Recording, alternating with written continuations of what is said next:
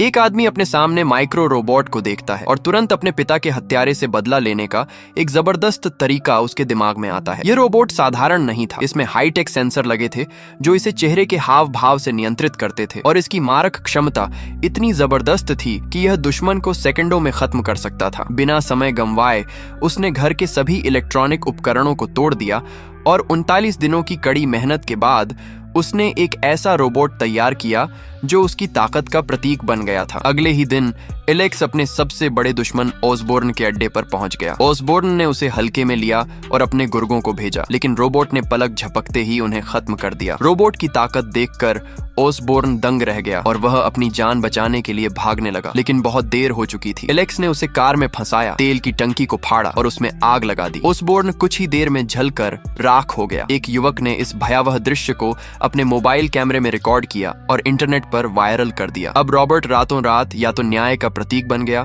या फिर आतंक का नाम। पुलिस हरकत में आई और प्रसिद्ध वैज्ञानिक प्रोफेसर को बुलाया गया, लेकिन एलेक्स ने घटनास्थल पर कोई सबूत नहीं छोड़ा था। इसी बीच एक रहस्यमय हैकर ने एलेक्स से संपर्क किया। उसने उसे अपराधियों की एक सूची भेजी और रोबोट से उन पर न्याय करने का अनुरोध किया। एलेक्स ने अपनी सबसे करीबी दोस्त क्लेरिस से सलाह ली। क्लेरिस ने उसका हौसला बढ़ाया और दोनों ने तय किया कि अब वे बुराई के खिलाफ जंग छेड़ेंगे। उनका पहला निशाना बच्चों का अपहरण करने वाला एक खतरनाक गिरोह था। रोबोट ने उनके ठिकाने पर हमला किया। साधारण गोलियों से रोबोट को कोई नुकसान नहीं हुआ, लेकिन जब गिरोह ने गैटलिंग गन से हमला किया और बड़े विस्फोट किए तो रॉबर्ट गंभीर रूप से घायल हो गया। गिरोह का नेता रॉकेट लॉन्चर से आखिरी हमला करने ही वाला था कि एलेक्स ने अपनी इच्छा शक्ति से रोबोट को जिंदा कर दिया। क्रोधित रोबोट ने जवाबी कार्रवाई की और पूरे ठिकाने को तबाह कर दिया। एक एक करके सभी अपराधी मारे गए। गिरोह का नेता अपनी आखिरी कोशिश में सभी को ग्रेनेड से उड़ाने ही वाला था, लेकिन रोबोट ने उसे 100 मीटर नीचे फेंक दिया। पुलिस समय पर पहुंची और सभी बच्चों को सुरक्षित बचा लिया।